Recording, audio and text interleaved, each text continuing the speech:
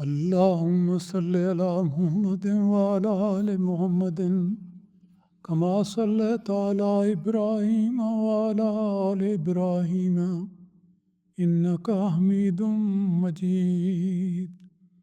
اللهم بارك على محمد وعلى آل محمد كما باركت على إبراهيم وعلى آل إبراهيم إنك حميد مجيد. بسم اللہ الرحمن الرحیم. اللہ تبارک تعالیٰ کا بے حد کرم اور احسان ہے کہ آج اس کے فضل سے ہماری زندگی میں ایک نیا مہینہ طلوع کیا ہے اور ہم ماہ رمضان میں داخل ہو رہے ہیں. انسان کبھی یہ تمنا نہیں کر سکتا کہ کب پیدا ہو، کتنی دیر زندہ رہے اور کب خدا کے حضور حاضر ہو. اللہ تعالیٰ کا احسان ہے کہ انسانوں کو اس نے زندگی عطا کی ہے اور ہمارے لیے یہ مزید احسان کا موقع ہے اور شکر کا موقع ہے کہ ہماری زندگیوں میں ایک دفعہ پھر ماہ رمضان آیا ہے. یہ رمضان المبارک کا مہینہ بہت ہی مبارک مہینہ ہے. اس مہینے میں اللہ تعالیٰ کی برکات نازل ہوتی ہیں، اللہ تعالیٰ کے فضلوں کا نزول ہوتا ہے، انسان کو اپنی کمزوریاں دور کرنے کی توفیق ملتی ہے اور وہ اس کے سلسلے میں کوشش کرتا ہے اور پھر اس کے نتیجے میں اللہ تعالیٰ کا قرب انسان کو نصیب ہوتا ہے. تو اس لحاظ سے ہم خوش قسمت ہیں کہ ہماری زندگیوں میں ایک بار پھر یہ رمضان کا مہینہ آیا. میں اپنی طرف سے سب سننے والوں کو مبارکباد پیش کرتا ہوں کہ آپ کی زندگیوں میں بھی یہ مبارک لمحات آئے. آج کے درس میں رمضان المبارک کے بارے میں چند بنیادی باتوں کا ذکر کروں گا. اسلامی مہینے 12 ہیں، جس طرح دنیا کے کیلنڈر کے 12 مہینے ہیں، لیکن 9واں مہینہ رمضان کا مہینہ ہے. شعبان کے بعد جب یکم رمضان کو چاند طلوع ہوتا ہے تو اس کے ساتھ ہی رمضان کے مہینے کا آغاز ہو جاتا ہے. اور پھر یہ ایک 9واں مہینہ ہے، اس لحاظ سے بھی قابل توجہ ہے کہ انسانی زندگی میں 9ویں مہینے کو یہ خصوصی بات حاصل ہے کہ اگر انسان شادی کرتا ہے تو اس کے بعد 9ویں مہینے میں کسی بچے کا اس دنیا میں آنا ہوتا ہے. تو انسانی زندگی کی ابتدا 9ویں مہینے سے ہوتی ہے. تو اسی طرح پر سمجھنا چاہیے کہ انسان کی روحانی زندگی کی ابتدا بھی 9ویں مہینے سے ہوتی ہے، جو رمضان کا مہینہ ہے. اس کو رمضان المبارک کہتے ہیں کہ ایسا مہینہ جو برکتوں سے بھرا ہوا ہے اور ہر طرف رمضان کے آنے کے ساتھ ہی برکتوں کی رونق شروع ہو جاتی ہے. اور ایسا مہینہ ہے جس میں روحانی لحاظ سے انسان کو مزید ترقی کرنے کی توفیق ملتی ہے. اور مومن کے لیے یہ ہمیشہ مطمع نظر ہونا چاہیے کہ رمضان المبارک کا ہر دن اس کو اللہ تعالیٰ کے قریب کرنے والا بنائے، روحانی لحاظ سے آگے بڑھنے والا اور ترقی کرنے والا مہینہ ہو. تو اس لحاظ سے بہت ساری برکات ہیں. قرآن مجید میں مشہور آیت کریمہ ہے جس میں ذکر آتا ہے کہ اللہ تعالیٰ نے فرمایا کہ شہر رمضان الذی انزل فیہ القرآن، کہ اے مومنو یاد رکھو رمضان کا مہینہ ایک شہر رمضان ہے، بہت ہی برکتوں کو والا مہینہ ہے. الذی انزل فیہ القرآن، اور اس کی خوبی یہ ہے کہ اس مہینے میں قرآن مجید کے نزول کا آغاز ہوا. رمضان کا لفظ قابل توجہ ہے. رمض کہتے ہیں گرمی کو اور تپش کو، اور رمضان 2 گرمیاں. گویا رمضان کے مہینے میں جب سحری کے بعد افطاری تک انسان خوراک استعمال نہیں کرتا اور اللہ کی رضا کی خاطر یہ قربانی دیتا ہے تو اس کے جسم میں کچھ حرارت پیدا ہوتی ہے، کچھ جسمانی قوت برداشت پیدا ہوتی ہے، اور اس کے ساتھ ساتھ روحانی قوت جنم لیتی ہے. تو یہ وہ بہت ہی بابرکت مہینہ ہے جس کے بارے میں یا جس میں قرآن مجید کا نزول ہوا. دونوں مضامین ہیں. قرآن مجید میں اللہ تعالیٰ نے رمضان المبارک کے سارے احکام کا ذکر کیا ہے، اور پھر یہ ہے کہ اس رمضان المبارک ہی میں قرآن مجید کے نزول کا آغاز ہوا، تو اس لحاظ سے قرآن مجید کے ساتھ رمضان کا بہت گہرا تعلق ہے۔ یہ تعلق ہم سب کو ہمیشہ یاد رکھنا چاہیے، اور اس تعلق کو ثابت کرنے کے لیے، اس سے فائدہ اٹھانے کے لیے، اور اس کے حوالے سے آگے بڑھنے کے لیے بہت ساری باتوں کی ضرورت ہے۔ پہلی بات تو بڑی معروف ہے کہ قرآن مجید کی تلاوت ہونی چاہیے۔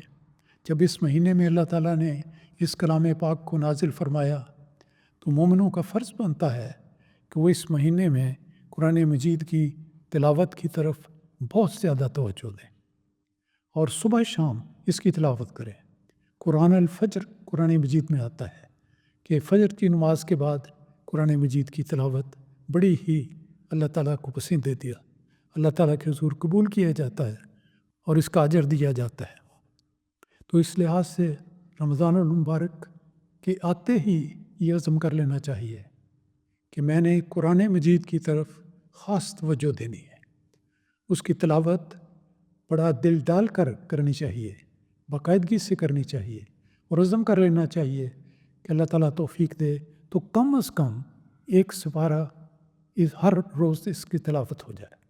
اس کا فائدہ یہ ہوگا کہ قرآن مجید میں 30 سپارے ہیں، 30 دن کا رمضان ہو تو ہر روز ایک سپارہ پڑھنے کے حوالے سے ایک دور مکمل ہو جاتا ہے۔ تو قرآن مجید کی تلاوت کرنا، اور تلاوت سے میں یہ بتانا چاہتا ہوں کہ تلاوت سے صرف لفظوں کی ادائیگی مراد نہیں۔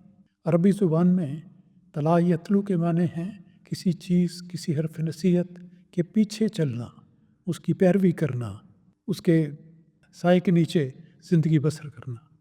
تو قرآن مجید کی تلاوت کا دونوں مفہوم ہیں کہ اونچی آواز سے، خوش اعلانی سے، صحیح طور پر جو قرآن مجید کی تلاوت کے آداب ہیں ان کو ملحوظ رکھتے ہوئے تلاوت کرنا۔ تو تلاوت کرنا ایک بات ہے، اس کو سوچ سمجھ کر پڑھنا دوسری بات ہے، اور پھر تیسری بات کہ جہاں جہاں اللہ تعالیٰ نے کوئی احکام قرآن مجید میں بیان فرمائے ہیں ان کو سمجھنا، یاد رکھنا اور ان پر عمل کرنا، یہ تینوں باتیں لازم آ جاتی ہیں۔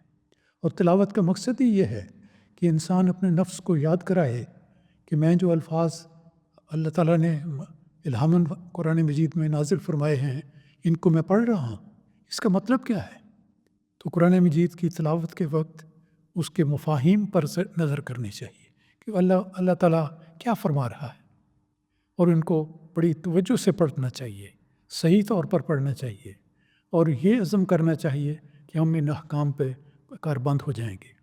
تو قرآن مجید کی تلاوت کرنا اور سمجھتے ہوئے کرنا، اور دوسری اس بات آ جاتی ہے، مختصر کرتا ہوں کہ تلاوت کو سننا بھی ایک بڑی نیکی ہے۔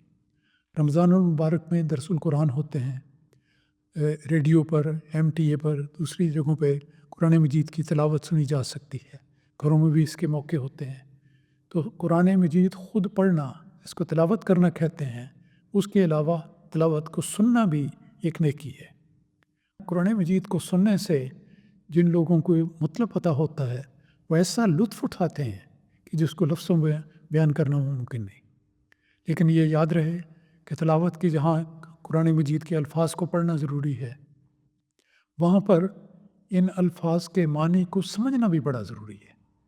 اس لیے وہ لوگ ہم میں سے اگر کوئی ایسے ہوں کہ جو قرآن مجید کا ترجمہ نہیں جانتے، انہیں عربی زبان نہیں آتی، نہیں پتہ کہ اللہ تعالیٰ نے ان الفاظ میں کیا مضمون بیان فرمایا ہے، ان کے لیے ضروری ہے کہ وہ جب بھی تلاوت کریں، اور رمضان میں تو جیسا میں عرض کر رہا ہوں ہر روز کوشش کرنی چاہیے کہ ایک سپارے کی تلاوت ہو جائے، اگر کم ہوتی ہے تو تب بھی یہ اصول قائم رہتا ہے کہ جتنی تلاوت کی جائے ان سب آیات کو پڑھنے کے بعد اگر عربی دان نہیں، ترجمہ نہیں آتا تو ساتھ دیا ہوا ترجمہ پڑھنا چاہیے۔ اردو میں ترجمہ پڑھیں، انگریزی میں پڑھیں، یہ جو اور زبان میں آپ کو آتا ہے اور وہ موجود ہوتا ہے وہ پڑھیں۔ لیکن اگر الفاظ کا ترجمہ نہیں آپ پڑھیں گے تو آپ واضح ظاہر بات ہے کہ یہ نہیں جان سکتے کہ اللہ تعالیٰ نے اس میں کیا حکم فرمایا۔ تو تلاوت صرف زبان سے الفاظ کی ادائیگی کا نام نہیں، قرآن مجید کو سمجھتے ہوئے پڑھنا دل میں اتارنا، مضامین کو یاد رکھنا اور ان احکام پر عمل کرنا، یہ سارا موضوع ہے جو اس مہینے میں پورا ہونا چاہیے اور اس کی طرف خاص طور پر توجہ کرنی چاہیے۔ MTA کے پروگرام اگر آپ باقاعدگی سے سنیں جو بہت ضروری ہیں، تو رمضان کے مہینے میں آپ کو تلاوت سننے کی بھی ایک توفیق مل جائے گی۔ بڑی خوبصورت آواز میں تلاوت پیش کی جاتی ہے، باقی کاروبار چھوڑ کے، کھانا پینا چھوڑ کے اور اخبار بھی نہیں چھوڑ کے اور کوئی بھی کام کر رہے ہوں تو اس کو چھوڑ کر پوری توجہ کے ساتھ قرآن مجید کی تلاوت کو سنیں اور غور کریں، جانیں اور معلوم کرنے کی کوشش کریں کہ اللہ تعالیٰ نے ان آیات کریمہ میں کیا مضمون بیان فرمایا۔ تو اس طرح ہماری یہ تلاوت صرف ایک رسمی کیفیت نہیں ہوگی کہ ہم نے قرآن کھولا، الفاظ کی ادائیگی کی اور بند کر دیا اور بس ہمارا کام سمجھو گیا۔ قرآن آیا ہے اس لیے کہ ہمیں قرآن کے اعمال پر، احکام پر عمل کرنے کی توفیق ہو۔ وہ اسی صورت میں ہو سکتی ہے کہ ہم پوری توجہ سے تلاوت کریں، اس کے ترجمے پر غور کریں، اس کو پڑھیں، اس کو یاد رکھیں اور اس پر عمل کرنے کی کوشش کریں۔ تو اللہ تعالیٰ ہمیں توفیق دے کہ ہم رمضان المبارک کے اس بابرکت مہینے میں اس نیک کام کو بڑی پختگی کے ساتھ اس کا آغاز کر دیں اور اس پر عمل کرتے رہیں کہ ہر روز ہم تلاوت کریں گے بھی، سنیں گے بھی، اس پر غور بھی کریں گے، اس پر عمل بھی کریں گے۔